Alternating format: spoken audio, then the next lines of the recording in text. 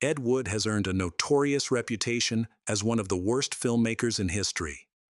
He's been the butt of jokes, faced ridicule, and even found himself shunned by many. But can we really label him as the absolute worst when his films continue to resonate with a dedicated fan base? Sure, Ed wasn't a cinematic genius, but his distinct vision and unwavering passion for quirky independent films inspired creators, including notable names like David Lynch, Johnny Depp, and Tim Burton. Yet, Ed's eccentricities extended far beyond his films. He was a true oddball, both endearing and troubled. His life was a constant battle with personal demons, culminating in a tragic end. He passed away in obscurity and poverty, discovered in a pose that seemed almost theatrical, reminiscent of his own bizarre films. In this piece, we'll delve into the fascinating yet tragic journey of Ed Wood, including the darker aspects of his life that Tim Burton didn't touch on. Born Edward Davis Wood, Jr. in 1924 in Poughkeepsie, New York, Ed came from humble beginnings. His father, Edward Wood Sr., worked as a custodian for the U.S. Postal Service, and the family moved around before settling down in Pippi to raise their children. From an early age, Ed was captivated by comic books, pulp magazines, the occult, and of course films. Growing up during the 1930s, he experienced a golden era of these interests, particularly drawn to the classic Universal horror films, like Todd Browning's Dracula and James Whale's Frankenstein, both released in 1931. Other favorites included The Mummy by Karl Freund and The Black Cat by Edgar G. Ulmer. Ed even dreamed of remaking The Black Cat as Dr. Voodoo in 1954, hoping to bring back stars Boris Karloff and Bela Lugosi. Although this project never materialized, the B-westerns of the time also significantly influenced his filmmaking style. A true film enthusiast, Ed often skipped school to catch movies at the local theater, collecting discarded stills and recognizing early on the value of movie memorabilia at a time when many films were simply thrown away after their theatrical runs. A lingering rumor suggests that his mother dressed him in girls' clothing until he turned 12, driven by her desire for a daughter, despite having two sons. This practice supposedly played a role in his later inclination toward cross-dressing, a claim shared by his second wife, Cathy O'Hara. While his fascination with women's attire likely stemmed from various complex influences, one particular obsession took root. The soft texture of Angora from the sweaters and dresses his mother chose for him. Wearing such garments was certainly unconventional for boys back in the 1920s and 30s. On his one-tooth birthday in 1936, Ed received a Kodak Cine special camera, which he put to use filming the Hindenburg as it flew over the Hudson River, mere minutes before its catastrophic crash in Lakehurst, New Jersey. Ed's early jobs included being a cinema usher, and he showcased his musical talents by singing and drumming in a band. Eventually, he created a quartet named Eddie Wood's Little Splinters, where he sang and played various string instruments. In 1941, after the attack on Pearl Harbor, Ed found himself in the crosshairs for the draft at just 17. The following year, he was drafted into the United States Marine Corps and served in the South and Central Pacific.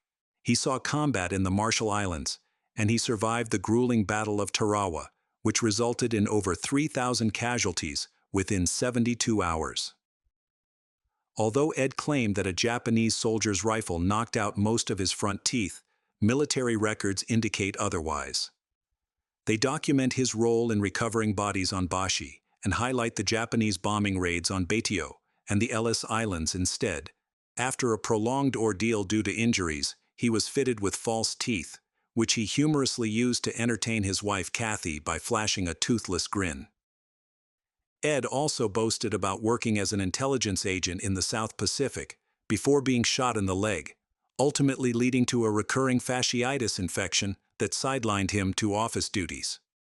It was here that he learned to use a typewriter, a skill that would later serve him well. While he cultivated a tough guy facade, he also confessed to wearing bras and panties beneath his uniform, especially during battles. Although he later suggested that this may have been an exaggeration, it became a legendary aspect of his story. He once mentioned his fear of being injured more than killed, as he dreaded the thought of being discovered in pink lingerie during the Battle of Tara. After his military service, Ed briefly pursued dramatic arts in Washington, D.C., but soon found himself drawn to less traditional forms of entertainment.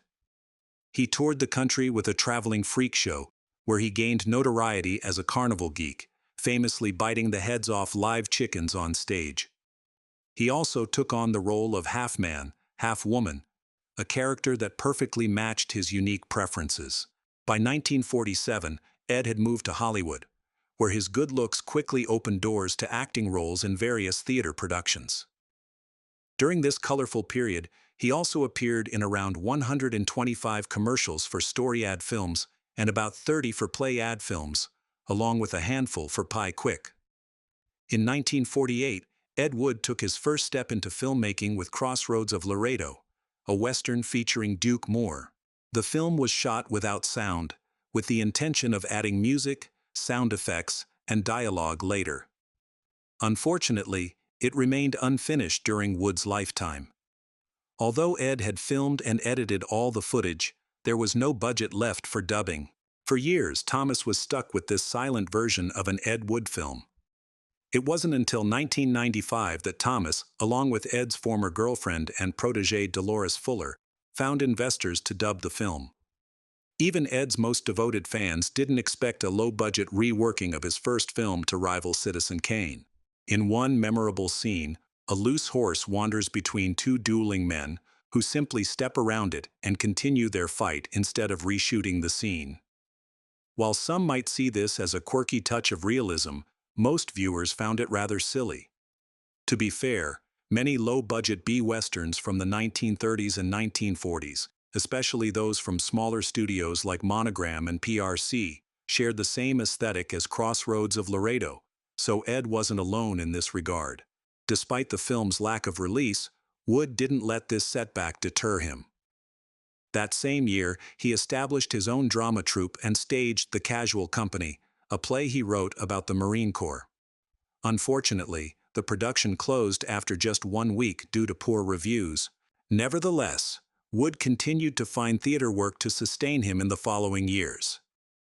For instance, in 1949, he and Thomas performed together in a play titled The Blackguard Returns at the Gateway Theater. In 1951, Ed joined the Screen Actors Guild and briefly worked as a stuntman, among other roles. He even adopted various pen names, such as Angora, inspired by his favorite textile, and Akdov Telmig, a playful twist on his favorite drink, the vodka gimlet. That same year, he found himself unexpectedly wearing women's clothing while working as a stuntman on Sam Fuller's The Baron of Arizona. The following year marked a milestone for Ed as he directed his first completed film, The Sun Was Setting, a half-hour TV drama about a dying woman longing to see Chinatown one last time. The film featured Angela Stevens, Tom Keene, and Phyllis Coates, but failed to leave a lasting impression. In 1952, Ed co-wrote the western The Lawless Rider alongside veteran cowboy Johnny Carpenter, who would later appear in Ed's 1958 film Night of the Ghouls. During this time, Ed met actor Bela Lugosi through his friend Alex Gordon, who was also his roommate, and later contributed to the creation of American International Pictures. Ed and Lugosi quickly became close friends and collaborators. While Lugosi's son, Bela Lugosi Jr., felt that Ed took advantage of his father's fame during a time of financial struggle, many accounts and interviews documented in the book Nightmare of Ecstasy suggest that Ed and Lugosi shared a genuine friendship. Ed reportedly supported Lugosi through bouts of severe depression and drug addiction, assisting him with stage and television appearances in various capacities, which hardly seems exploitative. Bela Lugosi found himself trapped in a cycle of morphine addiction, which he used to cope with the relentless pain of sciatica. Alongside this physical struggle, he faced emotional turmoil stemming from his recent divorce. Unfortunately, his substance abuse had already derailed his acting career long before he crossed paths with Ed Wood. In late 1952, Wood met Dolores Fuller, an actress and songwriter navigating her own divorce from Donald Fuller. The two shared an apartment for 3 years, during which Wood cast her in 3 of his films. Fuller became his first true muse, and her performances would go on to become some of the most memorable in Ed's body of work. In 1953, Ed unveiled his first cult classic, Glenn or Glenda. The film sought to capitalize on the sensational sex change operation of Christine Jorgensen, an ex-GI turned glamour girl, which had captured public attention. Yet it also held a deeply personal significance for Wood. The narrative revolves around a transvestite, portrayed by Wood himself under the name Danielle Davis, whose girlfriend, played by Fuller, struggles to accept his cross-dressing. The film also weaves in a subplot about a man undergoing a sex change. What could have been a tedious drama filled with insincere psychology transformed into a bizarre, surreal experience in Wood's hands. He even managed to incorporate the devil and, of course, Bela Lugosi, who took on the role of a godlike scientist. Wood interpreted Fuller's enthusiasm for Glenn or Glenda as a sign of her open-mindedness towards transvestism. He confided in her about his own cross-dressing, revealing that he was just like his character. Although Fuller was initially shocked and contemplated ending their relationship, Wood convinced her to stay, promising her better roles in the future. Glenn or Glenda also marked the debut of Conrad Brooks in an Ed Wood film. Brooks played several minor roles and continued to appear in all of Wood's features until The Sinister Urge in 1961.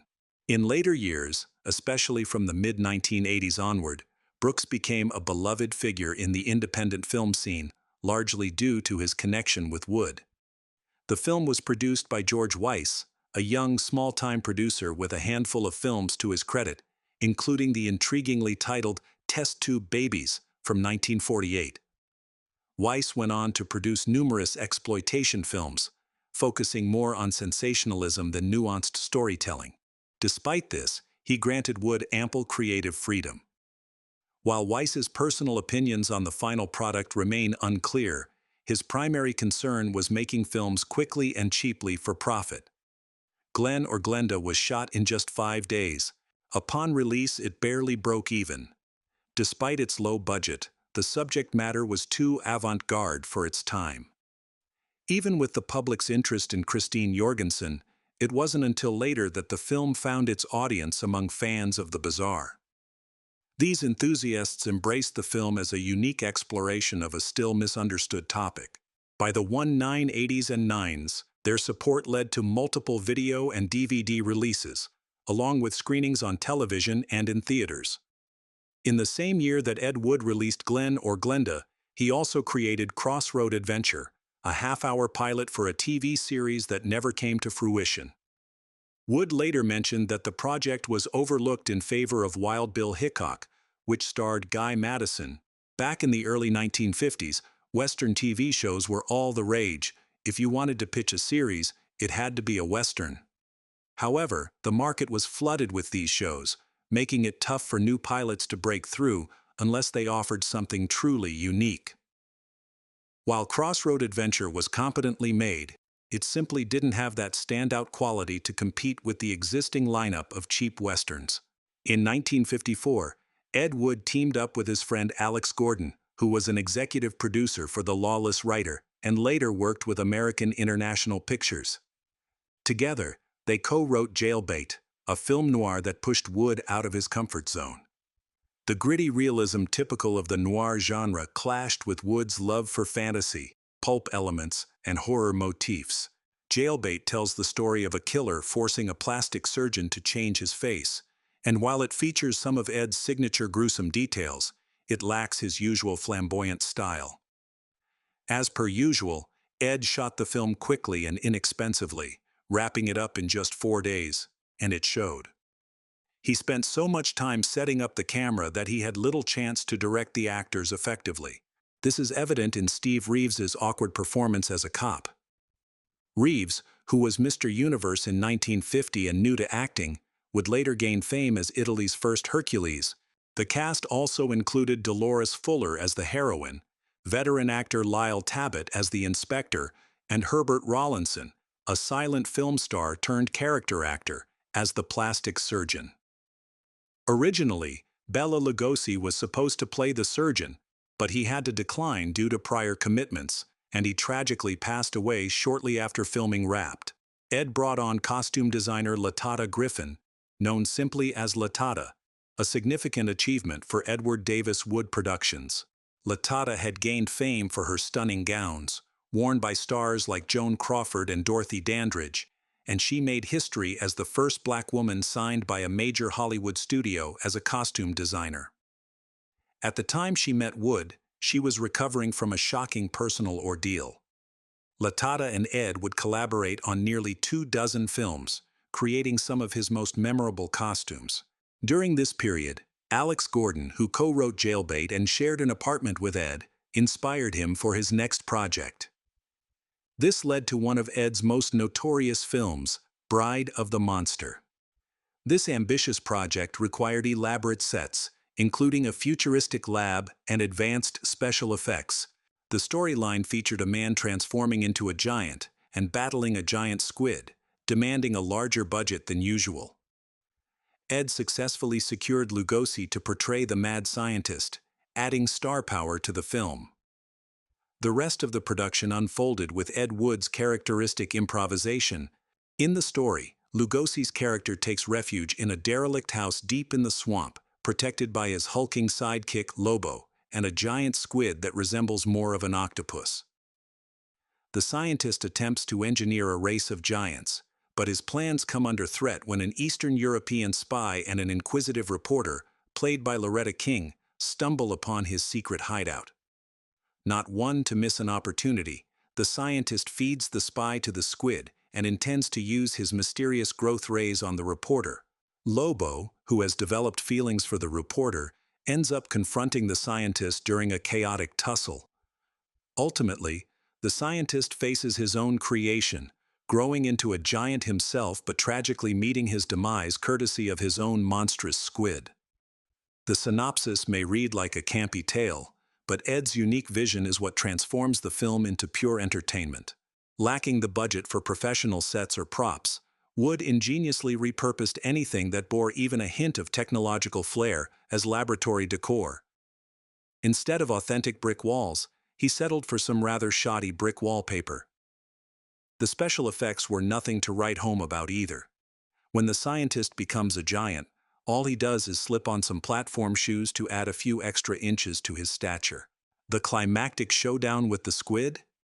You can't help but chuckle as Lugosi flails around, barely managing to make the rubber tentacles appear believable while sitting in a puddle. Interestingly enough, one of the most unforgettable sequences in the Burton film depicts a raucous scene featuring a crew who breaks in to swipe the rubber squid from the studio lot.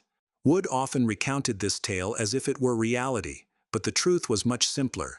They simply rented the creature at a low price, and it held little value for anyone beyond Wood himself.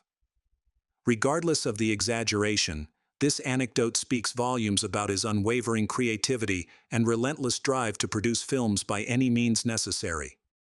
Despite its flaws, the film is endlessly entertaining. The amateurish effects and sets lend it an irresistible charm.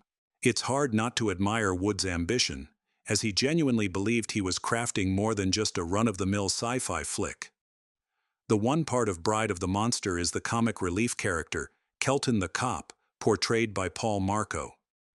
Kelton is a bumbling policeman who finds himself in a series of slapstick predicaments. While the comedy feels a bit clumsy, there's an undeniable warmth to his character. Years later, Marco reprised his role as Kelton in the 2005 film The Naked Monster. Shortly after wrapping Bride of the Monster, Ed and his partner Fuller called it quits. Although she had a small role in the film, their split was reportedly tied to Fuller's struggles with Ed's cross-dressing. His increasing alcoholism and the decision to reduce her screen time in favor of newcomer Loretta King also played a part. Fuller later candidly remarked that she was quite conventional and couldn't adapt to the situation, insisting she wanted a man that was all man. After their breakup, Fuller stepped away from acting, which may have been a blessing in disguise. Though she wasn't the strongest actress, she had a knack for music, eventually penning hit songs for artists like Elvis Presley, Nat King Cole, and Peggy Lee. Ironically, Fuller is now better known for her connection with Ed Wood than her accomplished songwriting career. Around the same period, Ed Wood ended his friendship and collaboration with Alex Gordon. Gordon had started producing for AIP, thanks to his connection with Samuel Z. Arkoff, the company's co-president. Ed felt a sense of betrayal because he was left out of the deal. Arkoff didn't think much of Ed's skills, which might have been understandable. Later on, Ed claimed that Arkoff had lifted the story for How to Make a Monster from a script he submitted. Shortly after his breakup with Dolores Fuller, Ed tied the knot with actress Norma McCarty, who played Eddie the stewardess in Plan 9 from Outer Space. Recently divorced and with 2 sons from her previous marriage, McCarty's union with Wood surprised his friends. He invited them to what they believed was a cast party, only to reveal a wedding cake and a preacher announcing his marriage. Unfortunately, the marriage lasted about a month, ending when McCarty discovered Ed's cross-dressing. While it's often said that their marriage was annulled, the truth is they neither annulled it nor legally divorced. After the split, Ed briefly moved in with Paul Marco. The year 1956 proved to be challenging for Wood. He began filming The Vampire's Tomb, casting Bela Lugosi as the vampire, but the project fell apart when Lugosi passed away from a heart attack.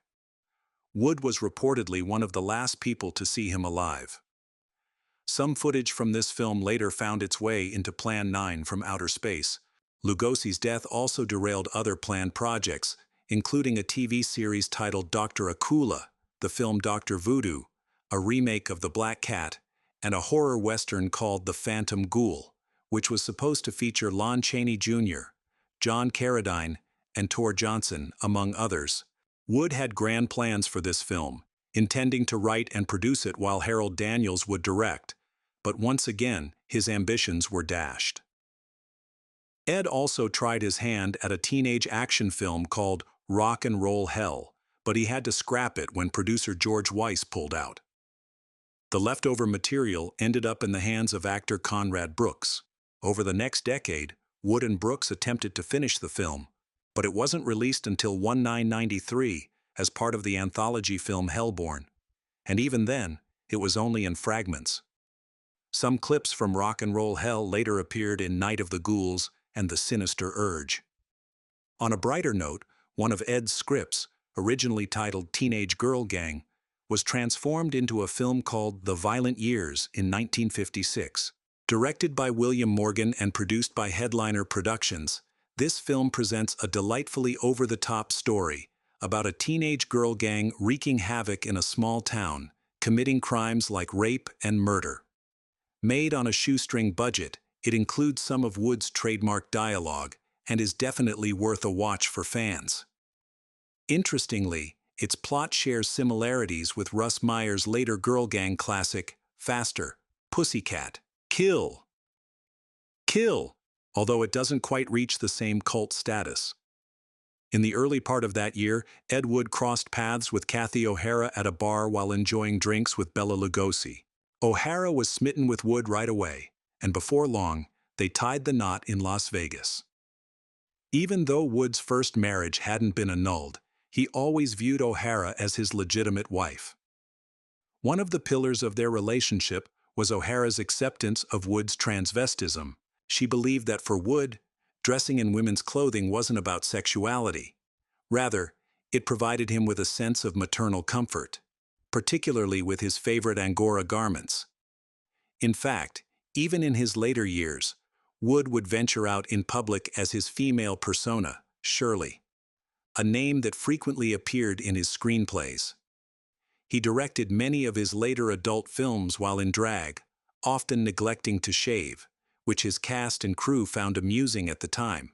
Ed consistently asserted that he had never engaged in a homosexual relationship, and he was known as quite the ladies' man, even expressing a desire to be reincarnated as a stunning blonde.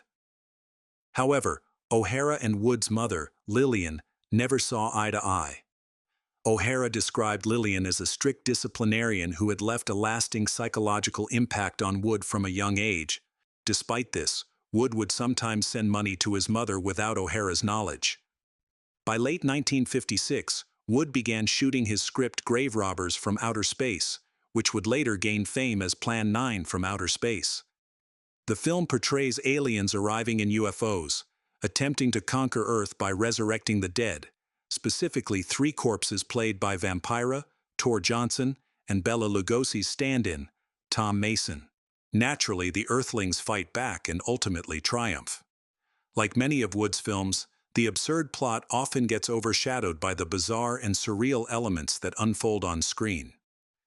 Ed had little understanding of what a proper budget for a science fiction film entailed, and the lack of resources was glaringly evident in the special effects, sets, and costumes. The interiors of the UFOs were poorly constructed, and the graveyard set looked painfully artificial. The airplane cockpit was merely a shower curtain, UFOs were represented by Cadillac hubcaps, and the mothership was just a mediocre painting. The alien costumes were comically bad, and the alien leader was portrayed by the flamboyant Bunny Breen. At one point, Criswell, a well-known TV psychic of the era, unexpectedly emerged from his coffin. In a strange twist, Ed incorporated footage of Bela Lugosi shot for The Vampire's Tomb, which felt completely out of place in Plan 9. Although Lugosi was meant to portray a vampire, there were no vampires in Plan 9. He was often dubbed by Tom Mason, a chiropractor with no acting experience, who bore no resemblance to Lugosi, and frequently concealed his face behind a cape. Midway through filming, Wood faced a financial crisis, but unexpectedly found support from the Baptist Church of Beverly Hills, which agreed to fund the project on the condition that the entire cast convert to their religion. This led to a mass baptism for the actors in a Beverly Hills swimming pool. Aside from Bela Lugosi, the most recognizable cast members included Criswell, wrestler Tor Johnson, and Vampira, whose real name was Mila Nouri. Vampira was a former stage actress, model, and dancer who had a rumored romance with Orson Welles and was nearly discovered by Howard Hawks. Despite her near miss with stardom, Ed Wood was captivated by her. She gained fame hosting the Vampira show on ABC in 1954, but after her show ended, her Hollywood career faltered. By 1956, she was willing to collaborate with Wood. Although she became one of Wood's most iconic collaborators, she only appeared in Plan 9 from Outer Space and later expressed her dissatisfaction with the entire experience. Plan 9 from Outer Space had its first preview in 1957, but it wasn't until 2 years later that Ed Wood managed to secure distribution. During this period, he kept himself busy. In 1957, he directed The Final Curtain, a 20-minute pilot intended for a horror anthology series called Portraits in Terror, which ultimately never got off the ground. Initially, the lead role was supposed to go to Bela Lugosi, who read the script shortly before his passing. Following Lugosi's death, the part was filled by Duke Moore. The following year, Ed directed another feature, The Night of the Ghouls. This quirky horror tale revolves around a fraudulent spiritualist who employs tricks and special effects to deceive wealthy clients during his seances. However, things take a turn when he inadvertently raises real spirits seeking revenge. The cast included Duke Moore as the cop, Tor Johnson reprising his role as the strongman Lobo, Valda Hansen echoing the essence of Vampira, and Johnny Carpenter as the chief of police. Criswell made another appearance, and Paul Marco returned as Kelton the cop. While fans don't typically regard The Night of the Ghouls as highly as Glenn or Glenda, Bride of the Monster, or Plan 9 from Outer Space, it still offers a unique charm. Perhaps the absence of a star like Bela Lugosi or the film's more polished execution contributes to this perception. It's filled with classic horror tropes, ghosts, rising dead, seances, and skeletons, making it a fun watch for those who appreciate a good laugh. In 1958, another of Ed Wood's screenplays, The Bride and the Beast, was adapted into a film directed by Adrian Weiss and produced by Allied Artists, the largest studio Wood collaborated with during his career. This meant a bigger budget and a more refined appearance than his usual projects. The stock footage used actually complements the film, and it even features two real tigers interacting with the actors, or their stunt doubles. The story follows Carlotte Austin, a woman who feels an unusual attraction to her husband's pet ape. After undergoing hypnosis, she regresses to a past life where she realizes she was once an ape. Her husband, Lance Fuller, makes the ill-fated decision to take her to Africa for their honeymoon, where she ultimately gets reclaimed by gorillas. Unfortunately, the rest of the 1950s were marked by setbacks for Ed. He tried to kick off several projects, but none came to life. It wasn't until 1961 that he returned to filmmaking with The Sinister Urge. This film aimed to expose the world of the smut industry, particularly targeting nude photographers. However, despite its provocative premise, it turned out to be a rather dull crime drama. Ed even added a relatively explicit rape scene after the film had already been released in some regions, hoping to spark interest. The straightforward narrative clashed with Ed's flair for pulp fiction, sci-fi, and horror, making it one of his less memorable works. Even with familiar elements like a cross-dressing cop and characters rambling off-topic, hallmarks of Ed's style, the film failed to make a significant impact on his career or the exploitation cinema landscape. In 1962, Ed Wood took on the role of a script doctor for Married Too Young, a project directed by George Moskow for Headliner Productions, the same studio behind The Sinister Urge. Unfortunately, by the early 60s, Ed's film career had fizzled out. Many of his ambitious projects from that era never saw the light of day. He had ideas for films like Ghouls of the Moon, which would have been a follow-up to Plan 9 from Outer Space, utilizing more of Bela Lugosi's unused footage. There were also plans for The Peeper, a sequel to The Sinister Urge, and the comedic sci-fi flick Attack of the Giant Salami, which aimed to feature comedy legend Joe E. Brown, horror icon Boris Karloff, and Valda Hansen from The Night of the Ghouls. Ultimately, The Sinister Urge remained his sole directorial venture during the 1960s, aside from adult films. Needing to make ends meet, Ed turned to writing pulp novels, often leaning toward the more risque side of the genre. He quickly established himself as a prolific and talented author for hire. His works, typically filled with cheap thrills and crime, bore his unique stamp, frequently exploring themes like transvestism, anxieties about homosexuality, and of course, Angora sweaters, often with a dash of horror. Some of his more provocative titles included Raped in the Grass, Shrouds and Caskets, The Executive's Forced Entry, and Death of a Transvestite Hooker. Occasionally, he also dabbled in non-fiction, which often mirrored the sleaziness of his fictional works. In 1967, Ed discovered he had an illegitimate daughter from a relationship he had during World War II with a woman he dated while serving in the Marines. Conrad Brooks recounted that Ed and his wife Kathy met this young woman, also named Kathy, in 1967 when she was already 21. Born on May 23, 1946, she had been living in Lancaster, California, and managed to track down her father. Ed's mother, Lillian, revealed that the girl had reached out to her in 1963, introducing herself as Lillian's granddaughter and even sending a photo. Lillian had sent her a watch for graduation in 1964, but after that, there was no further communication. Rudolph Gray's biography of Ed features a photo of the young woman, who visited the Ed household for a few days. However, tensions flared quickly. On the second day, Kathy kicked her out after finding her asleep on their sofa. Kathy firmly believed that the young woman was not Ed's daughter, claiming, "She's not your daughter. That lied to you. The father could have been anyone, there's only her accusation." Kathy remained skeptical, stating that no concrete proof existed beyond the woman's claim on a birth certificate. Ed himself expressed doubts, mentioning that the woman he had been with in 1946 had a reputation for sleeping with numerous Marines. Conversely, Actress Valda Hansen had a different impression, saying she met Ed's daughter at his home in the valley and noted the striking resemblance, beautiful green eyes and dark brown hair. Bob Dero, an art director who collaborated with Ed on Orgy of the Dead, recalled that Ed eventually traveled to New York for his daughter's wedding, and later learned he had become a grandfather. Two adult films from the late 1960s really stand out in Ed Wood's career.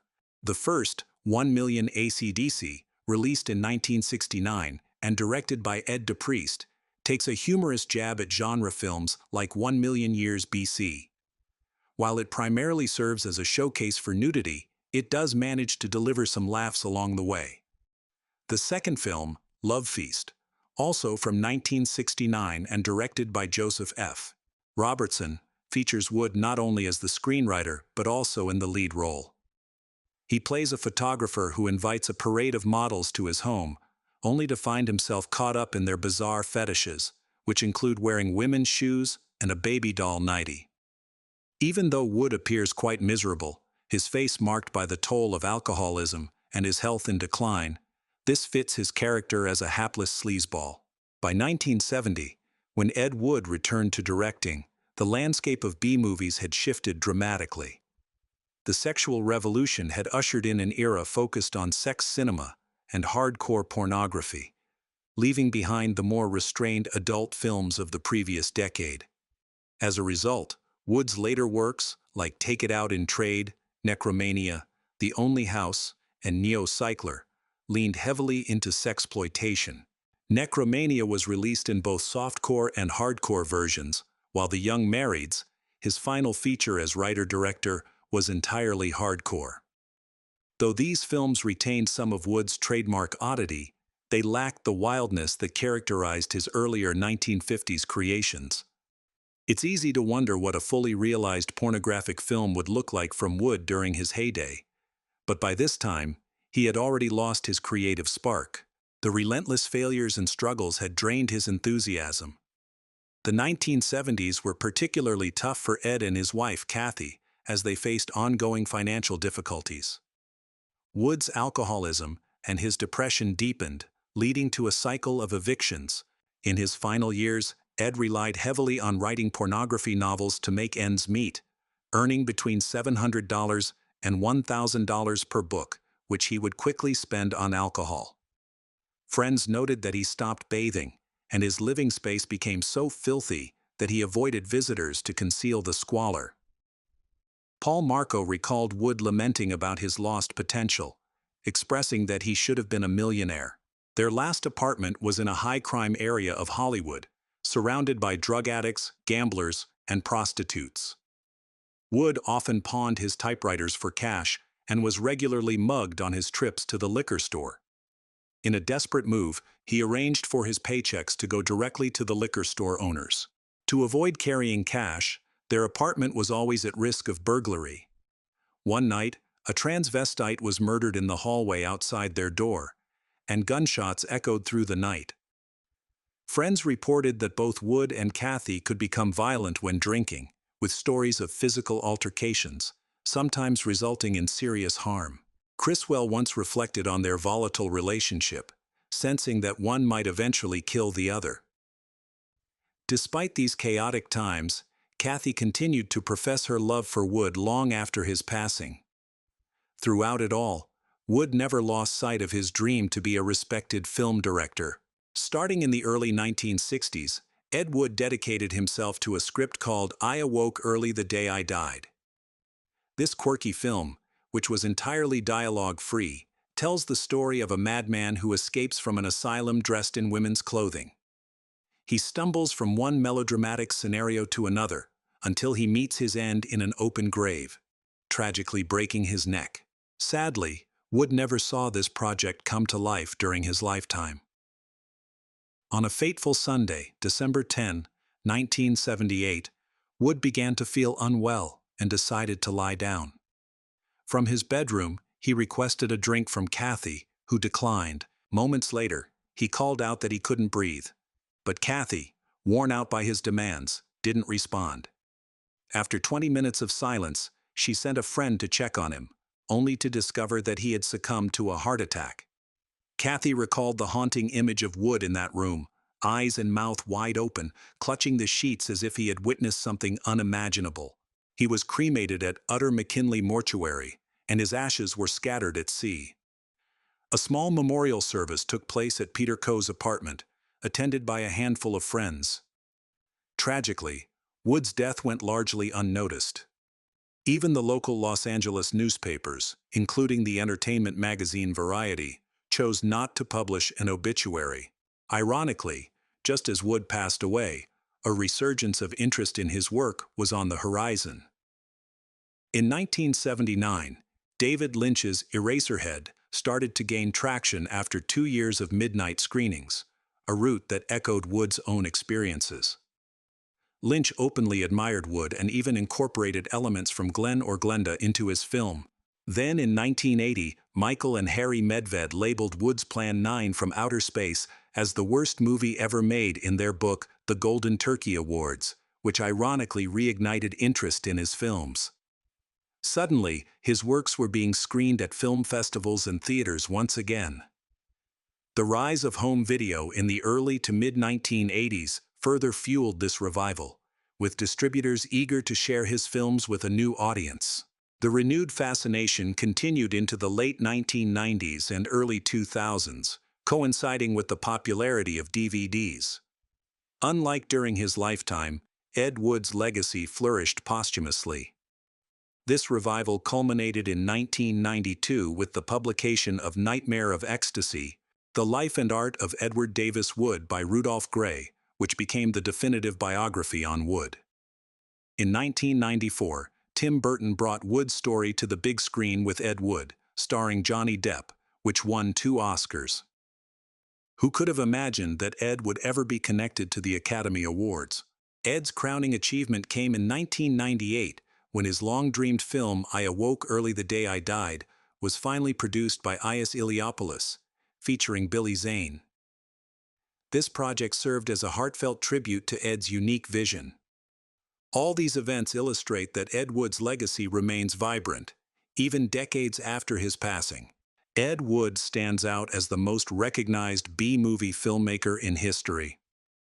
While many technically proficient directors have faded into obscurity, Ed's relentless spirit as a do-it-yourself pioneer in the film industry endures. Thus, this episode ends here. If you liked what you saw, please give us a like, subscribe, and share your thoughts in the comments section. See you again.